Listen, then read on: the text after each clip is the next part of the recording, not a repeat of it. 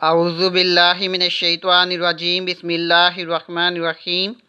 عزیز طلبہ، السلام علیکم ورحمۃ اللہ وبرکاتہ۔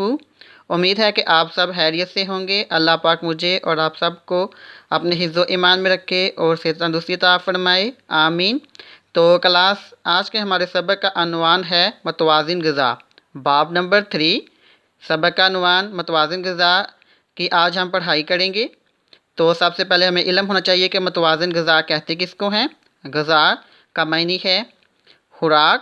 تو متوازن غذا سے مراد ایسی غذا جس میں تمام غذائی اجزاء و عناصر مناسب مقدار میں شامل ہوں، متوازن غذا کہلاتی ہے۔ نیکسٹ، ٹن اس کے بعد استجاب کی علامت ہے یعنی کوٹیشن مارک ہے۔ اسکول میں لنچ کے وقفہ کی گھنٹی بجی۔ لنچ یعنی دوپہر کا کھانا، وقفہ یعنی چھٹی یا فرصت۔ سب بچے کمرہ جماعت سے قطار بنا کر، قطار یعنی ایک صف بنا کر، یا جیسے آپ اپنی کلاس سے لائن کی صورت میں باہر نکلتے ہیں، بنا کر اسکول کے میدان میں آئے اور اپنا اپنا لنچ کرنے لگے۔ لنچ یعنی دوپہر کا کھانا۔ آج شازیہ لنچ لانا بھول گئی تھی۔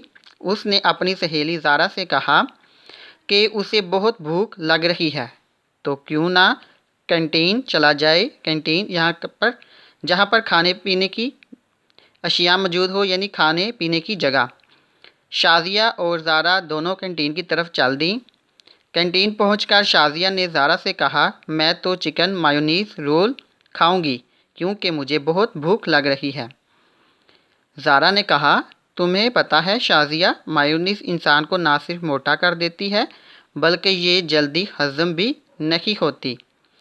تم یہ رول کھاؤ گی تو تمہارے معدے پر بوجھ پڑے گا۔ معدے پر بوجھ پڑے گا یعنی پیٹ کے اندر کی تھیلی جہاں کھانا ہضم ہوتا ہے پر بوجھ پڑے گا، اور پھر تم سے کوئی کام بھی ٹھیک سے نہیں ہو پائے گا۔